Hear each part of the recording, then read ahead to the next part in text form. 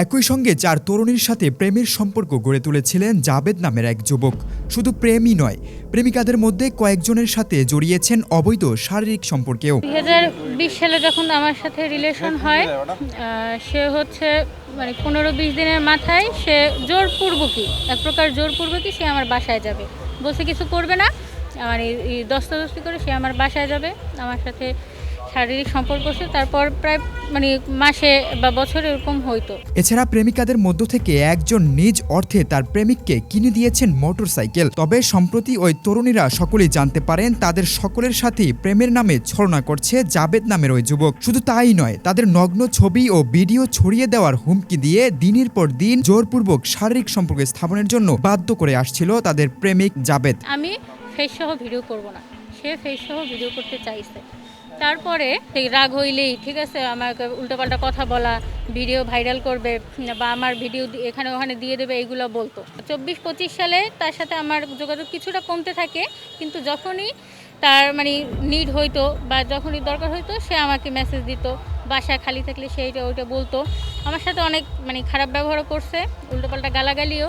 এমনই বিষয়ে তরুণীদের নজরে আসার পর গতকাল পরিকল্পনা করে নগরীর মুন্সিগঞ্জ এলাকায় ডেকে আনা হয় তাদের কথিত প্রেমিক জাবেদকে। একত্রে ৪ তরুণী মিলে তাদের প্রেমিক জাবেদকে হাতে নাতে ধরে স্থানীয়দের সহায়তায় গণধুলাই দিয়ে পুলিশের হাতে তুলে দেন। খোঁজ নিয়ে জানা গেছে অভিযুক্ত জাবেদ বরিশাল বিএম কলেজের মাস্টার্সের শিক্ষার্থী। তার বাড়ি বরিশালের চন্দ্রমোহন এলাকার চমচুর এলাকায়। বর্তমানে তিনি বরিশালের গোরস্থান রোড এলাকায় বসবাস করছেন। এই ঘটনায় ভুক্তভোগী তরুণীদের মধ্য থেকে একজন বাদী হয়ে কোতোয়ালি মডেল থানায় একটি মামলা দায়ের করেছেন। তাকে ছবি বা ভিডিও না পাঠাইলে তাইলে সে রাগারাগি করত, তার মন মতো কিছু না হইলে সে গালাগালি রাগারাগি করত, আমরা খারাপ মা বাবা তুলে গালাগালি করত। তাকে দিতেই হবে, আবার ফেস সহ, ফেস ছাড়া দেওয়া যাবে না, ফেস সহ দিতে প্রবলেম কি, সে তো কিছু করবে না, সে এইভাবে কনভিন্স করত। আমাদের না দিলে মানে প্রচুর ঝামেলা, তারা মানসিকভাবে এমনভাবে তৈরি করে ফেলায় যে মেয়েটা ওইখানে সে দিতে বাধ্য। কেন দিবে না, মেয়েটা সব জিনিস করতে বাধ্য, এইরকম মানে সে মানে আমাকে করে ফেলছে। আমি এমন কিছু নাই যে ওর জন্য করি নাই। আমার জীবন থেকে মোট 6টা বছর নষ্ট করেছে, 6 + 3 9টা বছর ওর জন্য।